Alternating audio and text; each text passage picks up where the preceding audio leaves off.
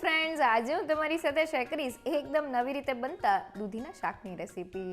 તો આ શાક બનાવવામાં કોઈ મહેનત નથી, બસ પ્રેશર કુકરમાં ફક્ત 2 વિસલમાં શાક બનીને તૈયાર થઈ જાય છે. જનરલી જ્યારે આપણે દૂધીનું શાક બનાવીએ ત્યારે ઘરમાં બાળકોને નથી ભાવતું હતું, પણ આજે આપણે શાકમાં એક એવો મસાલો ઉમેરશું કે શાક એકદમ લટપટ ગ્રેવી સાથે ટેસ્ટી અને એકદમ ચટાકેદાર બનશે, જેને રોટલી, ગુજરાતી ભાખરી અને ખીચડી સાથે ખાવાની ખૂબ જ મજા આવે છે.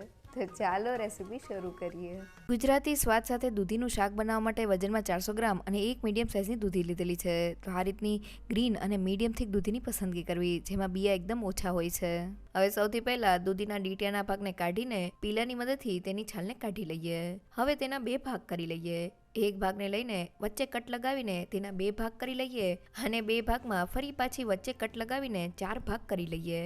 હવે દૂધીના મીડિયમ સાઇઝના પીસ કરી લઈએ. તો મેં આ બધી જ દૂધીમાંથી પીસને કરી લીધેલા છે અને દૂધીના આપણે આ રીતના મીડિયમ સાઇઝના જ પીસ કરવાના છે. દૂધીના આ માપથી ઘરની 4 વ્યક્તિને સૌ થાય તેટલું શાક તૈયાર થશે. અને હવે શાકમાં એડ કરવા માટે મેં 3 મોટી ચમચી જેટલો ચણાનો લોટ લીધેલો છે. તેને વઘારિયામાં એડ કરી દઈએ અને ધીમા ગેસ પર ચણાના લોટને શેકી લઈએ, જેથી તેનો કાચો સ્વાદ વયો જાય.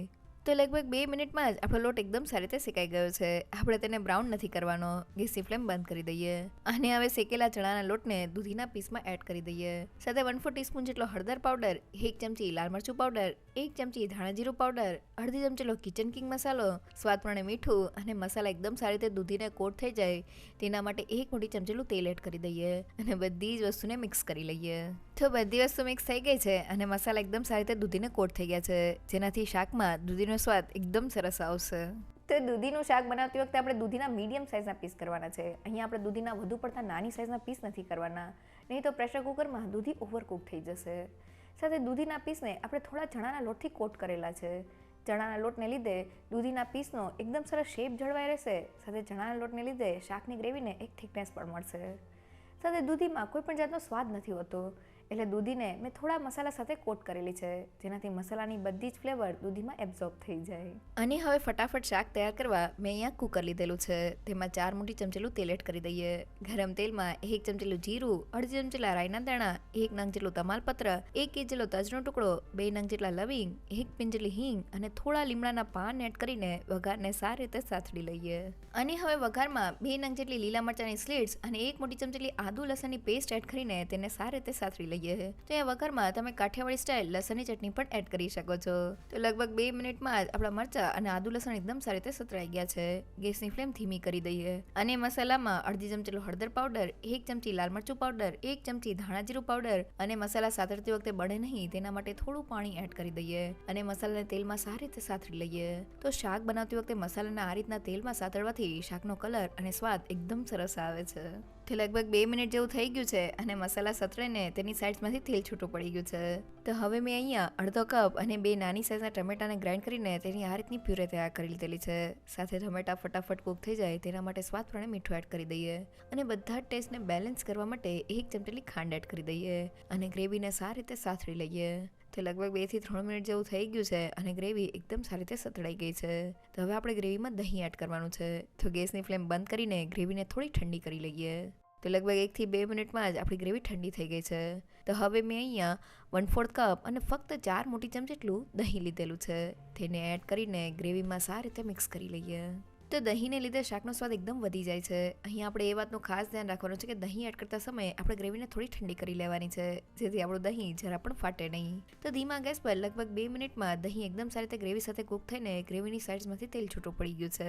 તો હવે આ સમયે મસાલાથી કોટ થયેલા દૂધીના પીસને એડ કરી દઈએ અને તેને ગ્રેવીમાં 2 મિનિટ માટે સાતળી લઈએ. તો શાક બનાવતી વખતે દૂધીના પીસને ગ્રેવીમાં સાતળવાથી દૂધી ઉપર ગ્રેવીનું એકદમ સરસ કોટિંગ થઈ જાય છે, જેનાથી શાકમાં તેનો સ્વાદ એકદમ સરસ આવે છે. તો લગભગ 2 મિનિટ જેવું થઈ ગયું છે અને દૂધીના પીસ ગ્રેવીમાં એકદમ સારી રીતે સતળાઈ ગયા છે.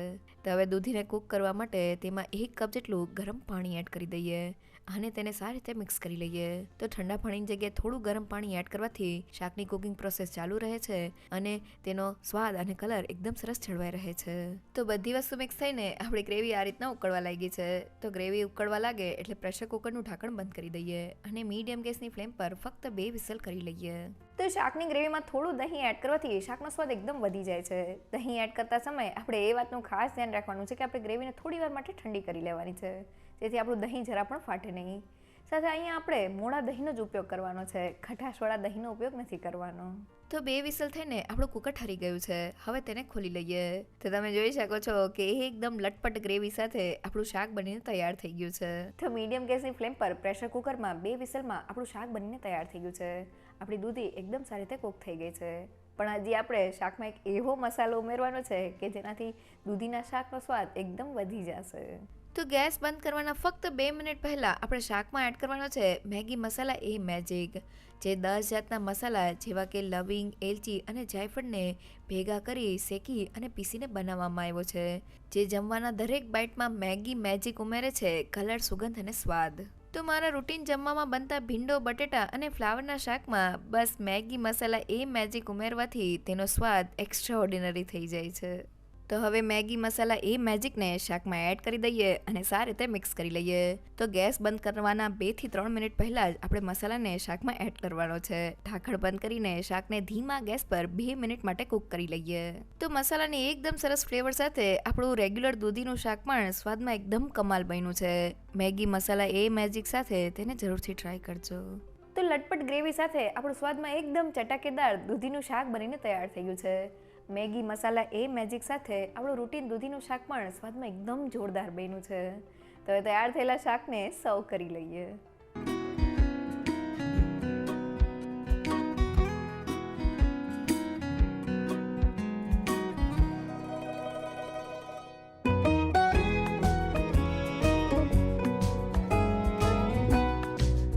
તો રૂટીનમાં જમવાનું હોય કે પછી ટિફિન માટે એક સરખા શાકથી કંઈક અલગ મેગી મસાલા એ મેજિક સાથે આપણું રૂટીન શાક પણ સ્વાદમાં એકદમ જોરદાર બને છે, જે ઘરમાં બાળકોથી લઈ બધાને ભાવે છે.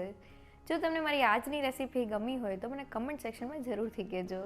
સાથે મારા વિડીયોને લાઇક અને ફ્રેન્ડ્સ અને ફેમિલીમાં શેર કરજો અને મારી ચેનલને સબસ્ક્રાઈબ કરવાનું ના ભૂલશો. તો ફરી મળીએ એક નવી રેસીપી સાથે.